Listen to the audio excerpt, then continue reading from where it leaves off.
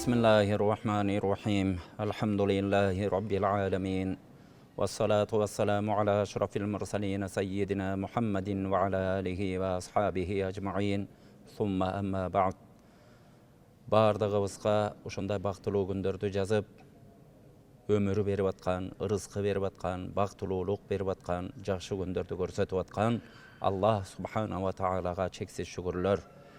Bardığımыздын imanımızga sebep bolup, ar biribizди tozokko түшпөсүн, uşu adamдар адам катары жашасын, adamdагы bilinsin dep, özün can үрөp, özünün canın biz üçün bergen Peygamberimiz sallallahu aleyhi ve sellem'ga salavat, salam, dua tileklerimiz bolsun. Urmattуу bir tuğandar, bardığımız sözübüzdün başыбызda Kuday Taalaga şükürlörдү keltireli. Bardığımızda uşunça mahlukat, uşunça jandıktарды jaratıp, jandıktардын içinen en keremettүүsü kılıp, adam kılıp bizdi jarattı. Allah Taala bul dünyoga jandуу, jansız nersenin bardığın jaratat eken, birok birine birin artıkçılık menen jaratat eken. Büyütkül jandıktарды jaratıp turup, en artıkçılığı menen en ulusu kılıp, en sıylusu kılıp, en keremettүүsü kılıp, en şarapattууsu kılıp, bul adam zatты jaratıptır. Birok adam balasına Allah subhanahu wa ta'ala adam balasını suretde uşunday deyt. Laqad khalaqnal insana fi ahsani taqwim. Biz insan balasın, adam balasın uşunday bir jakşı suretde jarattık. Summa radadnahu asfala safilin. Alardı birok bir uçurda alardı tetigi tömönkülördün tömönünün astına düşürdük deyt. Bul degen emne? Urmattуу bir tuğan, eger Allah Taala bizdi jaratkan maksatта жашай турган болсок, Кудайдан корко турган болсок, өзүбүз адам кылып жараттың, Allah Taalam sen buyurgan buyruktарды кылайын, sen тыйылган нерселерден тыйылайын, senden korkoyun, adam katары jarattыңбы, adam менен адамгерчиликтүү болоюн, adamдарга зыяным тийбесин, пайдамды тийгизе албасам да зыянымды тийгизбейин деген сезим менен жаратканда, жашаганда анан чыныгы инсан болот экенбиз. Жо болбосо geçirip koyoslar, bir koydon, uydan da tömen düşüp kalışı mümkün eken adam balası. Jaşoğuzda da elestetip görölü. Bir adam var, 60-70 yıl ömür göröt. Birok ölüp, ölüm degen çındığı eken janaza bolot. Oşonu 10 bin degen, 100 bin degen adamlar mürzögö ıylap, uşinti bozdop, uzatıp barışat. Bir adam ölöt, al dele 70-80 yıl ömür jaşagan. Birok ölüp kalganına başka biröөнү koy, özünün baldары suyunup atkanında gözübüz görüp atabız. Adamdın ayırmaçılığı, adamdın bul sürötü, adam kılıp jaratıp koygondo emes eken. Adam boluş üçün bul dünyada birinci iman, ekinci adamkerçilik, adam menen adam bolu, aramdan korkup jaşo, adalga ıktap jaşo, mına adamdın negizgi adam kıla turgan nerse oşo. Urmattуу bir tuğandar, uşul dünyada kıska dünya ekenmiz. Bardığız dünyadan ötöbüz. Alımlarımız aytat, bul dünyada bardığı işengen nersengdin bardığı jalgan. Salып algan uyuң da jalgan, aydap жүргөн машинең da jalgan, tapkan akçaң da jalgan. Uşu tapkan dünyada emne görsöň bardığı jalgan. Antkeni bardığı eskirет. Salgan uyuң eskirip buzasың 50 жылдан keyin. Maşineň 10 жылдайын жарабай калат. Bala çakan karıyt. Özüň da jalgansың. Özüň da beti başıň bırışat. Bütjeriňe şaldırayt. Butugonuň iştebeyt, anan bir günü ölösüň. Birok adamzattın bir düktüğü bir nesesi var. Bul adamzattın bardığının başına gele turgan nese. Bul emne? Bul ölüm degen çındık bar deyt. Oşon üçün urmattуу bir tuğandar, uşunday uçurlarda akılыбызды Allah Taala bizdi hayvanattan ayırmalap, uyga berbegen, koygo berbegen, жылкыга berbegen, akıl bergen. Adam kaçan hayvanattan ayırmaçılığı bolot degende akıl menen bolot. Akıldarın iştetkende koy meni Allah Taala akıl berip koydu dep. Oşon üçün urmattуу bir tuğan, bul dünýede adam zatты, hayvanatты Kuday Taala jaratkandan keyin bir gana adamga uşu şariatda atkarasың dep mildetlerdi jüktödü. Antkeni emnele anın akılı var ele. Alının bir tamakdın damın tata turgan bolsa anın tattığı açusun bile turgan jok degende akılı var ele. Oşonday akıldуу adamdarga Kuday Taala mukellaf dep koyot, joopkerçiliktүү kılıp adamlar Kuday Taala farzdardy jüktödü. Bardığыбыз hareket kılıp şu akılыбызды işletip adamkerçilik menen jaşap çыныğı insan bolup jaşaşdy. Kuday Taalam ar biribizge Kudayım nasip kılgan bolsun. Emi urmattуу bir tuğandar, adam kaçan адам инсан болот, качан адам адамга окшойт дегенде Алла Таала ушундай дүнүйөдө ар кандай байлыктарды берет экен. Бирөөбүзгө бай кылат экен, бирөөбүздү кедей кылып коет экен, бирөөбүздү бийликте кылып коет экен, бирөөбүздү көчөдө кылып коет экен. Алла Таала ушундай сынайт экен. Дүнүйөнүн Алла Тааланын экзамени, Алла Тааланын сыноосу деген өтө татаал сыноо. Урматтуу бир тууган, мындан чыгыш үчүн бир гана Кур'ан, сүннөткө, пайгамбарларга эргешип туруп, анан ушул жолдордон чыгат экенбиз. Качан инсан Алла Таалага жакын болот, чыныгы инсан болот дегенде ыйман менен нурлайт экен. Ыйман деген бир нур. Улуу аалымдарыбыздан бири ыйманды ушундай сүрөттөгөн. Ыйман дегендин кыргызчасы эмне болот? Ыйман деген ишенүү. Эмнеге ишенүү? Алла Тааланын жалгыз экенине, анын кудретинин күчтүү экенине, анын бол дегени болооруна, бардык тагдырыбыз ал чечкендей болооруна, жакшылык жамандыктын андан болооруна, кыямат күнү өлгөндөн кийин тирилерибизге эсеп кысап билишибизге, пайгамбарыбыздын пайгамбар экенине биз көрбөгөн акыйкаттардын бардыгына ишенүү бул ыйман болот. Ыйманды ушундай деп сүрөйттөйт. Ыйман бир нур деген. Нур деген билебиз, астыбыз караңгы болсо жолубузду таба албайбыз, урматтуу бир тууган. Качан астыбызды нур жаратканда, айдын нуру, күндүн нуру, биз жасап койгон нурлар астыбызды жаратканда адам баласы көчөдө баса алат. Ошо сыяктуу адамга жолду, адамдык жолду көрсөтүп бере турган нерсе эмне дегенде бул ыйман. Ыйман бир нур, ыйман бир күч кубат дейт. Биз күч кубатты каалай турган болсок, бул ыйманга аракет кылалы. Чыныгы ыйманды жүрөгүнө киргизе алган адам, чыныгы ыйманга ээ болгон адам ушу жаратылышка султан болот, жаратылышка падыша болот дейт. Падыша болот деген эмне дегени? Аны бир жамандык да аны коркута албайт, жакшылык да аны өтө сүйүнтүбөй албайт. Бардыгын Кудайдан деп билет деген жүрөгүндө ыйманы бар. Ошон үчүн ар бирибиз, урматтуу бир туугандарыбыз, ошого чыныгы ыйманга талпыналы. Чыныгы ыйман менен гана биз бир жакшылыктарга жетебиз. Илгери Ибн Мубарак деген улуу зат өткөн, ислам тарыхында исламга кызмат кылган, эл журтка кызмат кылган эң чоң инсандардын бири болгон. Ошо кишинин тарыхы ушундайча болгон, урматтуу бир тууган. Качан биз адам болобуз дегенге мисал катары айткым келип атат. Ошо Ибн Мубарактын атасы бир падышанын бакчасында, жүзүм бакчасында кул болуп иштейт экен. Анан бир күнү падыша суусап, бир учурда ошо бакчасына кирип калып, "О жигит, мага ушу бир таттуу жүзүмдөн бири үзүп келчи" дегенде, Ибн Мубарактын атасы ушинтип жүзүм бакка чыгып туруп, анан бир шингил жүзүмдү үзүп, алып келип жууп тазалап, баа падышанын астына коет. Падыша бир татып көрсө, жакшы бышпаган, жакшы таттуу эмес, ушундай падышанын көңүлүнө туура келбеген жүзүм экен. "О жигит, сага мен таттуусунан үзүп кел дедим, мунун ачуу экен, башкасынан үзүп кел" дейт. Жигит кайра чыгат дагы бир башка түрүнөн, башка бир сортунан да бир шингил жүзүм үзүп, аны да жууп тазалап падышанын астына коет. Падыша аны татып көрсө да ал дагы ачуу. Бир аз ачууланып калат да, "Эй жигит, мен эмне шылдыңдап атасыңбы? Сени улам таттуусунан үзүп кел десем, улам ачуусунан үзүп келесиң" дегенде, ошо кезде баягы жаш жигит ыйлап, "Падышам, сен мени ушул жерге алып келдиң, ушул бакчаны, жүзүм бакчаны кара деп киргиздиң, мени сугар, ушул жерди курт кумурскасын тазала, ушул жердин таштандысын тазала, ушул жерге кызмат кыл дедиң элең. Мени жүзүмдү татып көр, кайсынысы таттуу, кайсы түрү кандай болот деп уруксат берген эмессиң. Иштегениме 10 жыл болду, бирок бир да жүзүмдү оозума алып татып көргөн эмесмин" дегенде, падыша ушунчалык ыраазы болуп, көзүнөн жаш агып, ушундай чынчыл бала менин бакчамда иштейт экен деп, өзүнүн кызын өзү никелеп берген экен. Ошо жигитке никелеп бергенден кийин кызы менен 40 күн жашабастан, бир жерге жашабастан, 40 күн падышанын кызын бир жерге, бир бөлмөгө коюп, өзү пешене тери менен тапкан акчасын алып келип, ошондон тапкан азык түлүктү алып келип, баягы келинчегин багып баштайт экен. Ошол учурларда адамдар, "О падыша, сенин жанагы тандап алган күйөө балаң ушинтет экен, кызың менен бир үйдө жашабай коюптур, бир бөлмөгө өзүнчө бөлүп коюп ушундай бир тамактарды алып келет экен.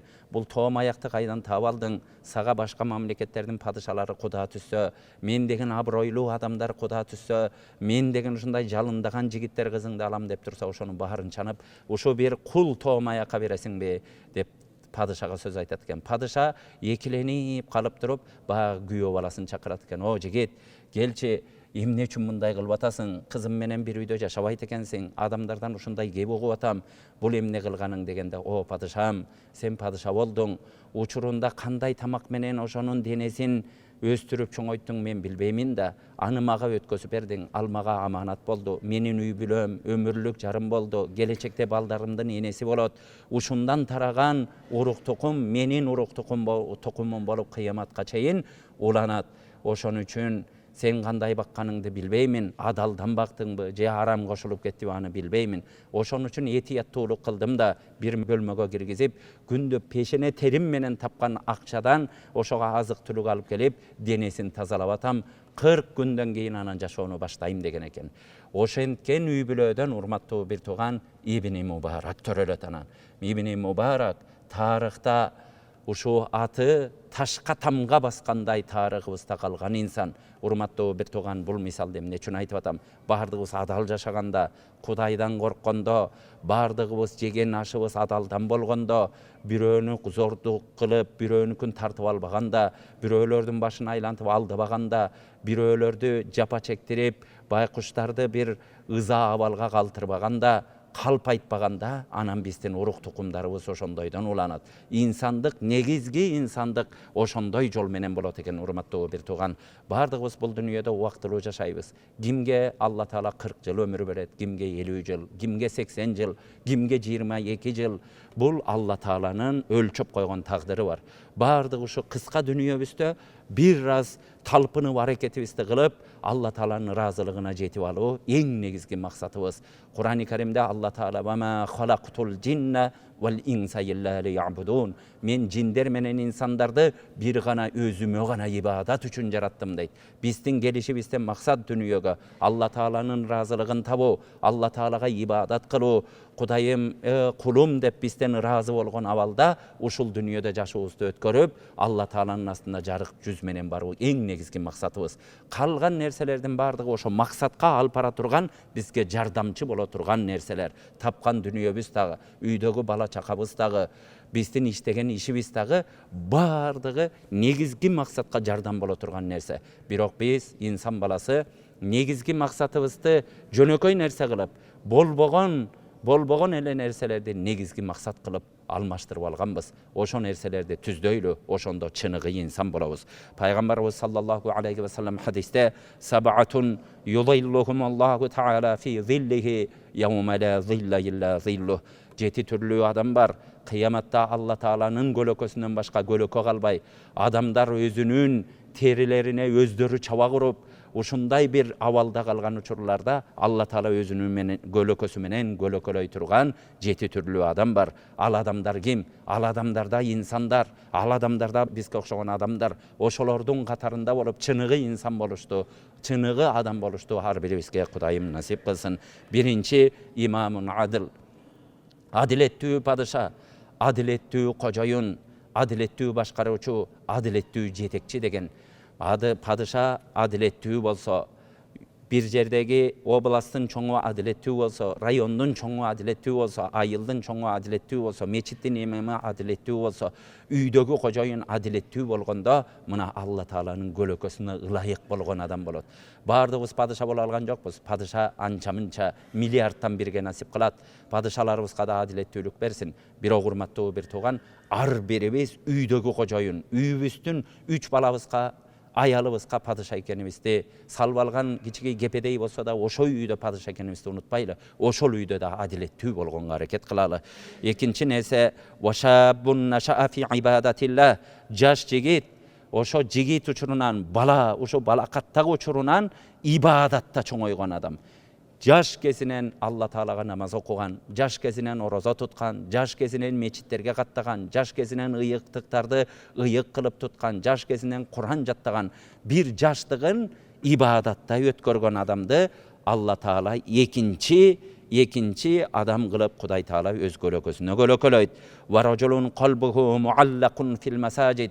Бир адам бар, анын жүрөгү дайыма мечиттерге байланган, дайыма азандар болгондо үйүнө отура албай мечитке барайынчы, мечитке барып досторума жолугайынчы, Кудайыма ибадат кылайынчы, мечитке каттайынчы деп ушинтип дайыма жүрөгү мечитке байланып калган, мечитти сүйүп калган, мечитке барган ал үчүн бир жыргалчылык болуп калган, мечитке барганда анын моокуму кана турган инсан болуп кала турган болсо, үчүнчү түрдөгү адам ошол дейт.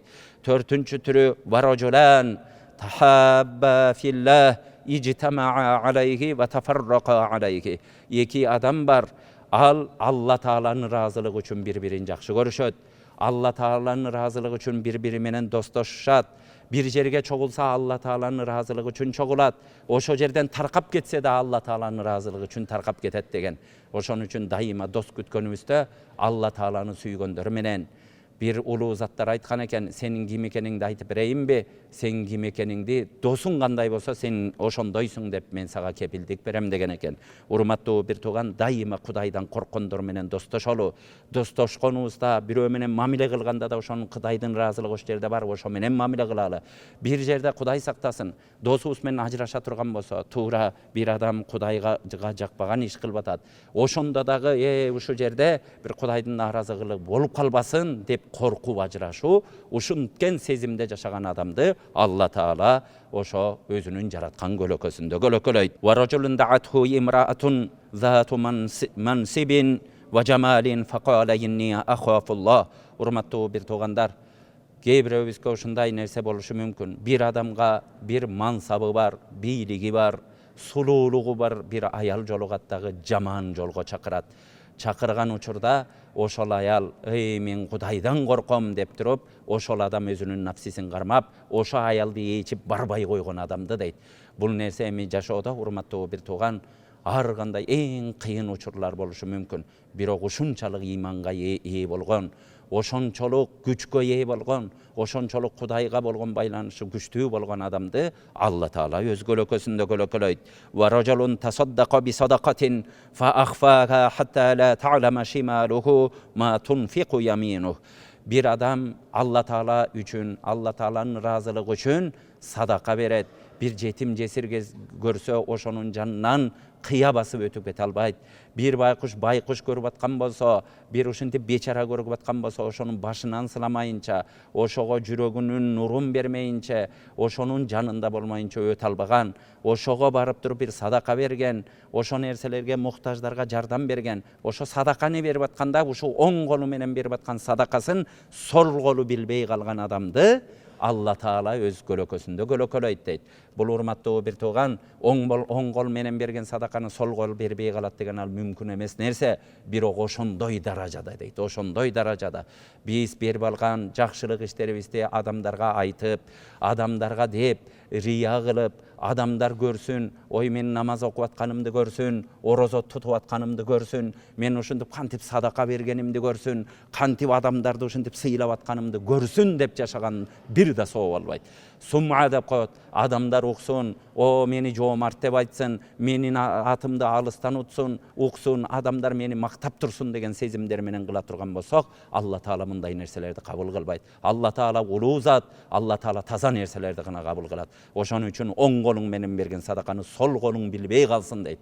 Ошон үчүн урматтуу бир тууган, ар бир кылган ибадатыбызды, жакшылык иштерибиздин бардыгын жашырганга аракет кылалы. Бир гана садака эмес, окуган намазыбыз, түйүндө туруп окуп аткан намазыбыз, туткан орозолорубуз эч кимге айтпай, Аллахым сен билесиң, мен билемин деген гана сезим менен жашашты Кудай Таала насип кылсын. Эми акыркы нерсеси варажулун закараллаха халиян фафадат айнаху. Ушундай жетинчи түрлүү адам өзүнчө калгандай, эч ким көрбөгөндө намаз окуп, Кудай үчүн ыйлап, Алла Таала сенин кудретиң күчтүү, Аллахым ушуну бер, ушул нерседен сакта, мен сенден корком деп Алла Таалага болгон байланышын билгизип, өзүнчө эки көзүнөн жаш чыгарып ыйлай алган адамды Алла Таала өз көлөкөсүндө көлөкөлөйт деген. Урматтуу бир туугандар, бул дүйнөдө инсан болуп жашайлы, инсандыгыбыз ыйман менен болот. Ушу айтылган жети адамдын түрүнүн бирөөнө киришти ар бирибизге насип кылсын, бардыгыбызга тынччылык, аманчылык берсин. Кудайым эки дүйнө бактылуулукту ар бирибизге тартуу кылсын. Вассаламу алейкум ва рахматуллахи ва баракатух.